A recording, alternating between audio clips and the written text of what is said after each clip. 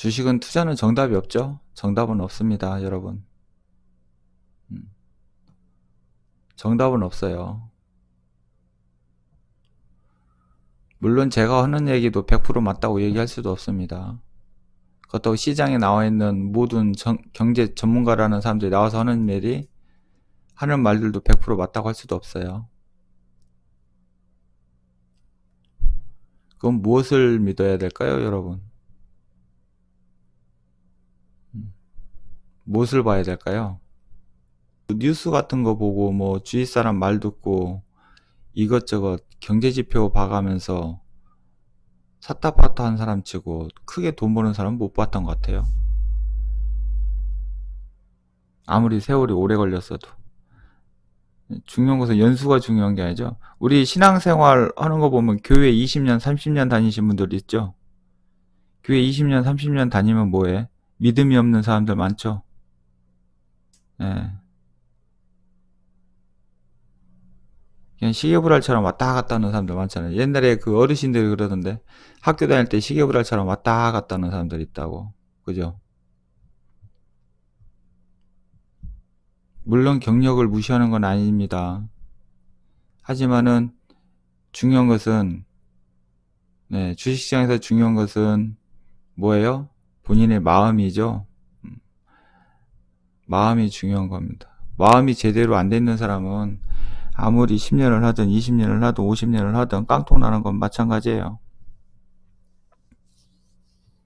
우리가 주식 이야기를 할 때 가끔 철학적인 얘기를 하면 사람들이 굉장히 시군통하니 별로 이렇게 마음에 와닿지는 않죠. 별로 안 좋아해요. 많은 사람들이.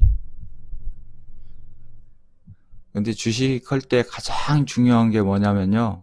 기술적 분석? 아니에요. 기본적 분석? 그것도 아니에요. 그럼 뭘까요? 경제 지표? 아니요. 그것도 아닙니다. 뭘까요? 뭐라고 생각하세요? 여러분 주식시장에서 가장 중요한 게 여러분들이 생각하기에는 생각의 차이예요. 생각의 차이. 그 생각의 차이로 오는 심리적인 싸움이에요. 마음의 근육이 강한 사람과 마음의 근육이 약한 사람은요. 하늘과 땅 차이입니다. 그 마음의 근육은 세월이 오래된다고 될 일이 아니에요. 그건 정말로 치열한 전쟁 속에서 살아남아서 그 근육을 어떻게 키웠느냐가 굉장히 중요한 거예요. 단타 백날 쳐가지고 20년 왔다고 마음의 근육이 커지나요? 아니요. 아니에요. 단타 쳐서 20년 온 사람하고요. 존유목 사가지고 삼성전자 같은 거 사가지고 20년까지 끌고 온 사람하고 누가 마음의 근육이 더 클까요? 20년 동안 삼성전자 들고 온 사람이 심리가 더 큰 거예요. 그 사람이. 그 사람이 프로예요. 사실은. 그거 쉬운 게 아니에요. 20년 동안 삼성전자를 사가지고 끝까지 들고 온다? 그게 어떻게 쉬운 일이에요. 그건 보통으로 할 일이 아닌 거예요. 네. 그런 사람이 고수죠. 잔잔히 흐르는 물 속에 약함 속에 강함이 있고 강함 속에 약함이 있다고. 약하게 보이는 것들이 때로는 그것이 강함을 발휘할 수가 있는 것이 자연의 이치죠. 그리고 편은 익을수록 고개를 숙이는 거고. 그래서 주식 투자를 여러분 잘 하시려면 책을 많이 읽으셔야 돼요. 인문 서적을 많이 읽으셔야, 동서고금에 관련된 책들을 많이 읽으셔서 마음을 많이 가지셔야 돼요. 저는 성경책 읽으면서 마음을 많이 다스립니다. 저 같은 경우는 하나님의 말씀을 읽다 보면 탐욕도 사라지고 욕심도 사라지고, 그리고 제가 투자를 해서 돈을 버는 가치, 이유, 목적도 다르게 생각하게 되고, 여러 가지 부분이 다 다르게 보이죠. 삶의 가치도 다시 한번 생각하게 되고. 주식시장에 관여하는 사람들이 자주 하는 말이 있다. 대중은 바닥에서도 장세를 비관하고 천장에서도 장세를 낙관하기 때문에 거꾸로만 한다면, 즉 팔고 싶을 때 사고 또 사고 싶을 때 팔기만 하면 대박을 터뜨릴 수 있다는 말이다. 요즘은 좀 이런 걸 좀 잘 알죠. 이런 걸 좀 잘 알아요. 좀 이제 많은 교육을 받고 그래서 옛날보다는. 그러다 보니까 어떻게 해요? 죽인 놈 또 죽이는 거고 가는 놈은 끝까지 더 가고, 사람을 질리도록 만들어 버리죠. 변동성은 예전보다 더 심하고. 그러니 웬만한 원칙과 마음이 근육이 단단하지 않은 사람은 흔들릴 수밖에 없죠. 옛날하고 지금하고 매매 패턴이 많이 틀립니다. 많이 틀려요.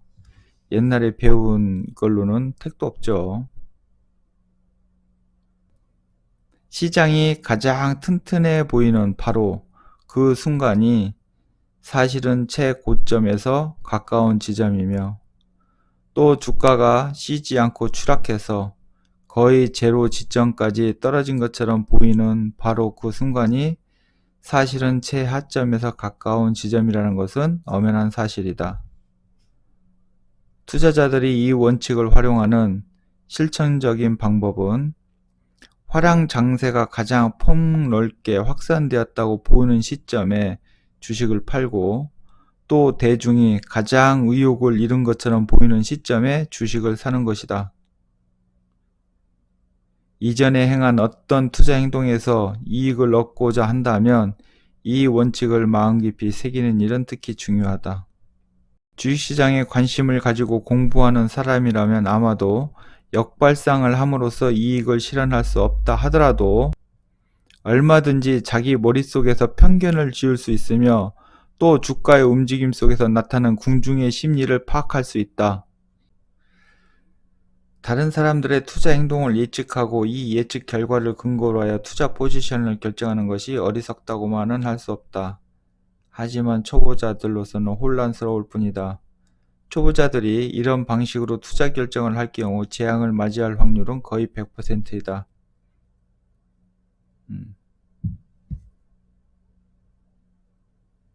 어린아이가 날카로운 칼을 처음 다룰 때 잘못해서 상처를 입을 가능성은 매우 높다. 하지만 똑같은 칼이라 하더라도 요리사나 조각가의 손에 들어가면 안전하고도 멋진 도구가 되지 않는가. 현금으로 주식을 사서 많은 수익을 올리려고 하는 장기 투자자는 자기와 반대되는 대중의 정서에 엇갈리거나 헛갈리거나 스스로 엉뚱한 추론을 하여 혼란에 빠지지 않기 위해서 이런 심리적인 문제를 충분히 고려해야 된다.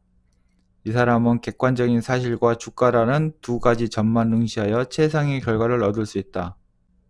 여러분들이 좋은 회사를 사서 가지고 있다고 뭐 이렇게 빠지면 뭔 걱정이에요. 오히려 더 추가 매수하면 되지. 돈이 없어요? 그럼 그냥 기다리면 되지 뭘.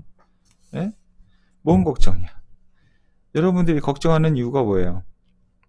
좋은 주식을 안 샀으니까 걱정이 되는 거고, 비중을 안 지켰으니까 걱정이 되는 거고, 신용을 썼으니까 걱정이 되는 거고, 네? 대출 받아가지고 왔으니까 걱정이 되고 그러는 거지 뭐. 여러분들이 원칙만 지키고 제대로 했다고 하면 걱정될 일이 뭐 있어요 지금. 걱정될 일 없죠? 아닌가요? 그리고 앞산이 크면 좋은 게 아니에요.